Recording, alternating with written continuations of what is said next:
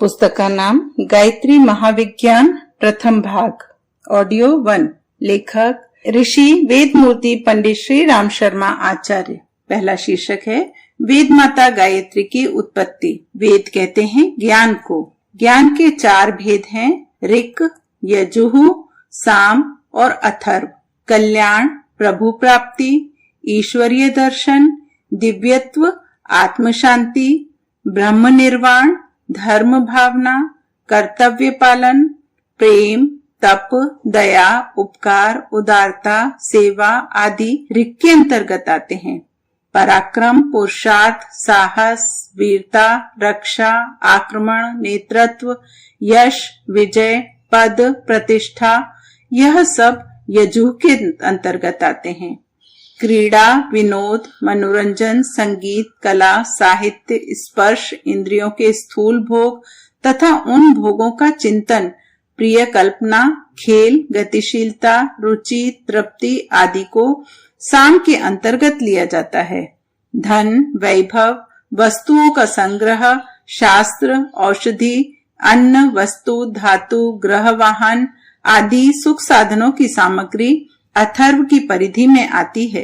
किसी भी जीव प्राणधारी को लीजिए, उनकी सूक्ष्म और स्थूल, बाहरी और भीतरी क्रियाओं और कल्पनाओं का गंभीर एवं वैज्ञानिक विश्लेषण कीजिए। प्रतीत होगा कि इन्हीं 4 क्षेत्रों के अंतर्गत उनकी समस्त चेतना परिभ्रमण कर रही है। पहला ऋक् कल्याण, दूसरा यजुः पौरुष, तीसरा साम क्रीड़ा, चौथा अथर्व अर्थ। इन 4 दिशाओं के अतिरिक्त प्राणियों की ज्ञान धारा और किसी ओर प्रवाहित नहीं होती। ऋक् को धर्म, यजुः को मोक्ष, साम को काम, अथर्व को अर्थ भी कहा जाता है। यही 4 ब्रह्मा जी के मुख हैं। ब्रह्मा जी को चतुर्मुख इसीलिए कहा गया है कि वे एक मुख के होते हुए भी 4 प्रकार की ज्ञान धारा का निष्क्रमण करते हैं। वेद शब्द का अर्थ है ज्ञान। इस प्रकार वह एक है, परंतु एक होते हुए भी वह प्राणियों के अंतःकरण में 4 प्रकार का दिखाई देता है।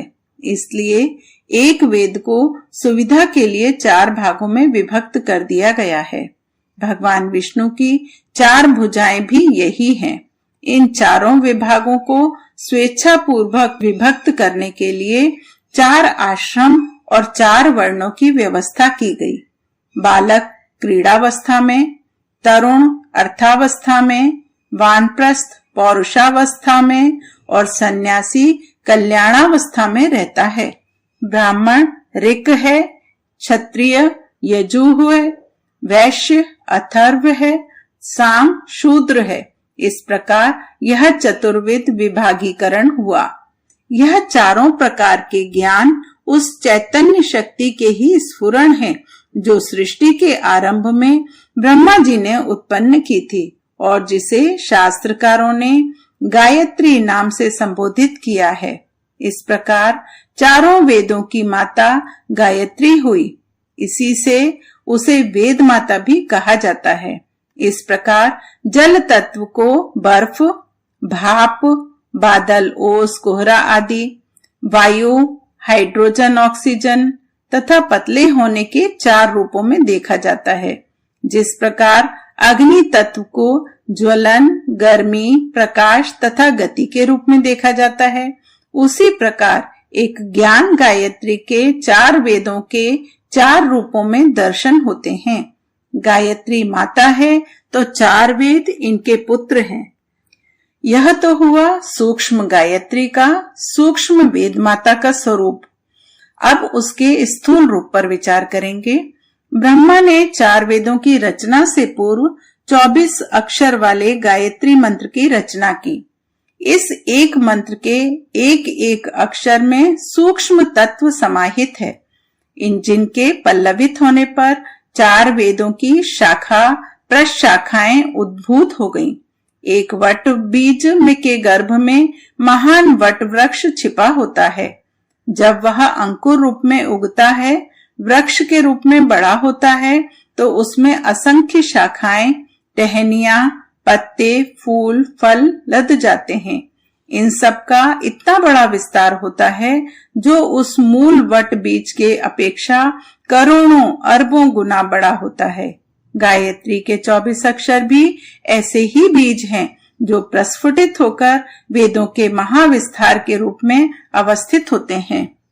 व्याकरण शास्त्र का उद्गम शंकर जी के वे 14 सूत्र हैं जो उनके डमरू से निकले थे। एक बार महादेव जी ने आनंद मग्न होकर अपना प्रिय वाद्य डमरू बजाया। उस डमरू में से 14 ध्वनियां निकली। इन आ ई ऊणा रील रक ए औण ए औच हाय वरट लण आदि 14 सूत्रों को लेकर पाणिनि ने महाव्याकरण शास्त्र रच डाला। उस रचना के पश्चात उनकी व्याख्याएं होते होते आज इतना बड़ा व्याकरण शास्त्र प्रस्तुत हुआ है जिसका एक भारी संग्रहालय बन सकता है। गायत्री मंत्र के 24 अक्षरों से इसी प्रकार वैदिक साहित्य के अंक प्रत्यंगों का प्रादुर्भाव हुआ है। गायत्री सूत्र है तो वैदिक ऋचाएं उनकी विस्तृत व्याख्या है। शीर्षक है ब्रह्म की स्फुरणा से गायत्री का प्रादुर्भाव।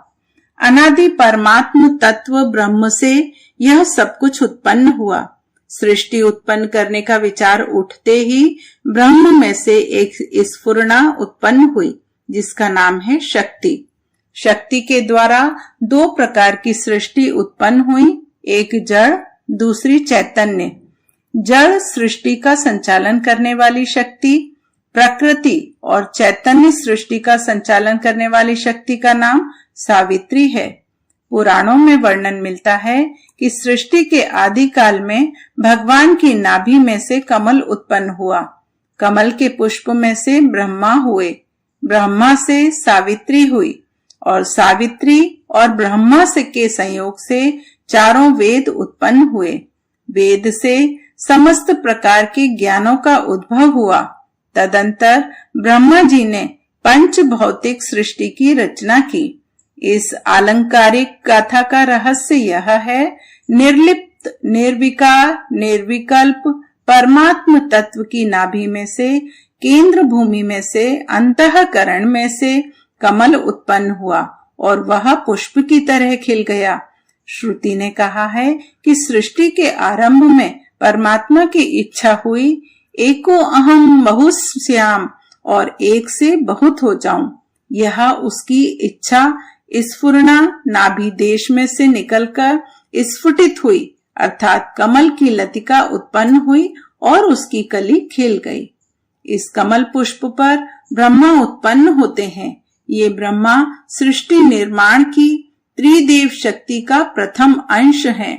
आगे चलकर यह त्रिदेवी शक्ति उत्पत्ति, स्थिति और नाश का कार्य करती हुई ब्रह्मा, विष्णु, महेश के रूप में दृष्टिगोचर होती है। आरंभ में कमल के पुष्प पर केवल ब्रह्मा जी ही प्रकट होते हैं, क्योंकि सर्वप्रथम उत्पन्न करने वाली शक्ति की आवश्यकता हुई। अब ब्रह्मा जी का कार्य आरंभ होता है। उन्होंने 2 प्रकार की सृष्टि उत्पन्न की, एक चैतन्य, दूसरी जड़। चैतन्य शक्ति के अंतर्गत सभी जीव आ जाते हैं। इनमें इच्छा, अनुभूति, अहम भावना पाई जाती है। चैतन्य की एक स्वतंत्र सृष्टि है जिसे विश्व का प्राणमय कोश कहते हैं। निखिल विश्व में एक चैतन्य तत्व भरा हुआ है जिसे प्राण नाम से पुकारा जाता है। विचार, संकल्प, भाव इस प्राण तत्व के 3 वर्ग हैं और सत, रज, तम यह 3 इसके वर्ण हैं। इन्हीं तत्वों को लेकर आत्माओं के स्थूल, सूक्ष्म और कारण शरीर बनते हैं। सभी प्रकार के प्राणी इसी प्राण तत्व से चैतन्यता एवं जीवन सत्ता प्राप्त करते हैं। जड़ सृष्टि निर्माण के लिए ब्रह्मा जी ने 5 भूतों का निर्माण किया। पृथ्वी, जल, वायु, तेज, आकाश के द्वारा विश्व के सभी परमाणुमय पदार्थ बने। ठोस, द्रव्य, गैस, इन्हीं 3 रूपों में प्रकृति के परमाणु अपनी गतिविधि जारी रखते हैं।